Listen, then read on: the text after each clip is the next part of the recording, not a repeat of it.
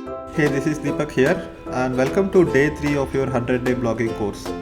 In today's lesson, we are going to talk about how to choose the right domain name for your blog. So first, let us talk about why domain names are required in the first place.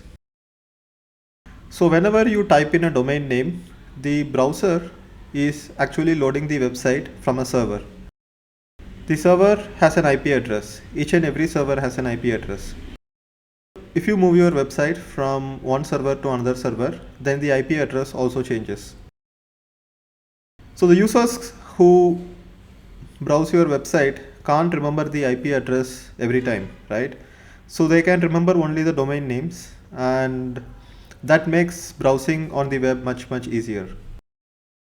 To give you an example, if you have your phone with you, the phone numbers of your friends are like the IP addresses. A phone number of your friend could change, but his name does not change. His name on the phone book does not change. So it's very similar. So if one of your friend updates his phone number or changes his phone number, you don't change his name on the phone, you just update his phone number to the new one. You might not even remember what the previous phone number was and what the new number is, but you just call him by clicking on the name. So domain names are like that. So even if the server IP changes, the domain name doesn't change, and then people will be able to load your website on the browser very easily. So I would say that DNS is the internet phone book. Each and every website has an IP address which changes from time to time.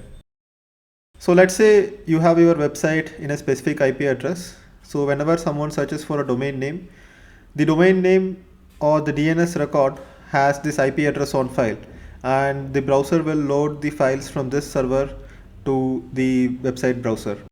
But however, if your IP address changes, then you just need to update your domain name with a new IP address, and then the website will load from the new server.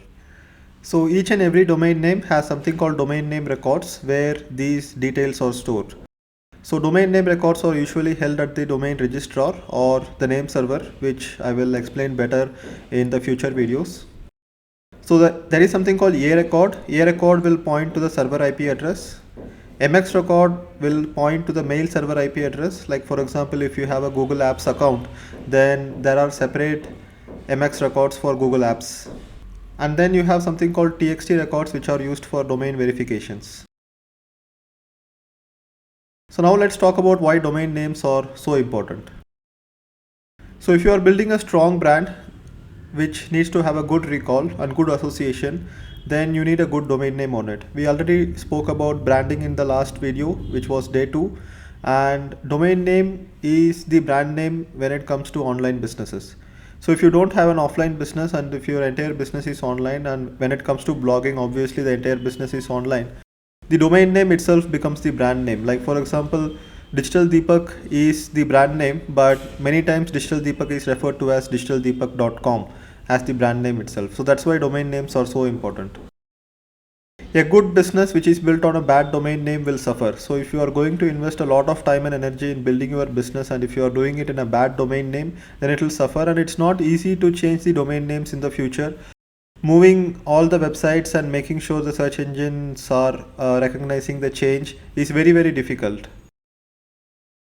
So domain names are like virtual real estate. Whenever you buy a domain name, the value is held inside the domain name. It will always have a resale value. So whenever I purchase domain names for my business, I don't treat it as an expense. I treat it as an investment.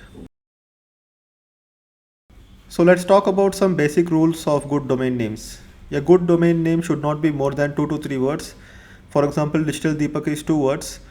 There are big brands which are built on 3 words as well. For example, when you look at thelogicalindian.com, it's a 3-word website, but usually you don't see any big brands who have built it on 4 words. So there is something called the phone test, which I always recommend doing when you are registering a domain name. If you tell the domain name to someone on the phone, they should not ask you to spell it out, or they should not ask you for clarifications on the domain name. They should just be able to go ahead and type it on their browser and open the website. So if I say digitaldeepak.com on the phone to someone, then there is a very good chance that they will not ask for the spelling again. .com is always preferred because of the branding power of .com as a TLD. More than 50% of the websites in the world are built on .com, and it has been the first ever TLD which was released. And ideally, I also recommend the domain name should be 12 characters or less. Geographic TLDs are okay for country specific niches. So if you are building a website which is just going to be for India and never for outside India, it's okay to have a .in domain name. But at the same time, if someone else has a website at the .com version, over time, if you are building a very good brand, then what happens is that people might end up visiting the .com version, and you may lose some of the traffic to them. And it's not good, especially if you are competing in the same industry. Most of the very big websites in India usually have a .com version also, even if they have built the website on .in. You have to be a bit careful when you are having geographical TLDs. So TLDs basically means top level domain name, which is basically the extension that comes after the dot. So .net is a TLD, .com is a TLD, .site is a TLD, and things like that.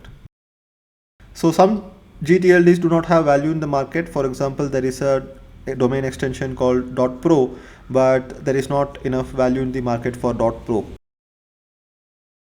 So where do you want to register your domain name? So I recommend that you can register your domain name at GoDaddy, because GoDaddy gives you the best offers for the first year. But GoDaddy is not really reliable to hold high value domain names for the long term because of poor customer support.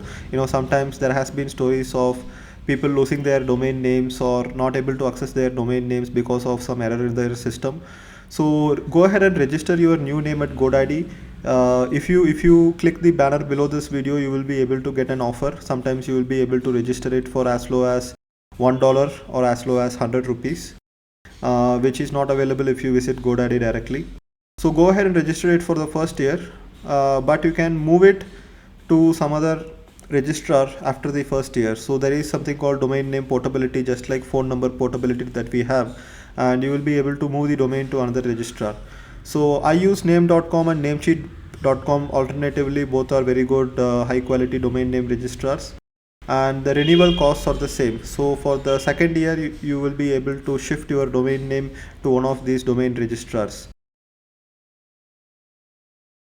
So let's talk a little bit about Whois database and Whois privacy. So there is something called Whois database. So there is no expansion for Whois, it just means who is. And this database contains the contact details of each and every domain owner. So you can check the ownership of any domain name at whois.com or any other query tool. There are many other query tools on the web. And there is an option to hide these details for a cost. So if you don't mind the extra cost paying for Whois privacy, you can go ahead and buy it. So basically the domain name registrar will put their own contact details for you instead of you, so that if someone looks up your domain name or website on the Whois database, they will not have your email ID, phone number and address. So generally email ID, phone number and address are displayed in the Whois database. And if you don't want to buy the Whois database, you can still give an unused email ID and a phone number that you do not use frequently, and you can put a forwarding mail address or some office address there, so that your privacy and your home address or your personal phone number is not revealed. And one more thing, .in domain names can't be protected. This is because of the rules in India. So .in domain names are controlled by the Indian head registrar, so they don't allow Whois privacy. So in that case, you might want to just don't give completely fake addresses, but just give details which are not very private. So let's talk a little bit about premium domain names as well. Since most of the names are already taken, sometimes it is okay to buy a premium name. So you can buy premium names at sedo.com, brandbucket.com, buydomains.com, or if you find a domain name which is already registered and if it is not listed in any of the premium domain name marketplaces, you can try reaching out to them from their Whois email address and try to negotiate a deal with them and purchase the domain name as well. So I have acquired a lot of premium names over the years through these websites, but invest in a premium name only if you think that you can make good use out of it.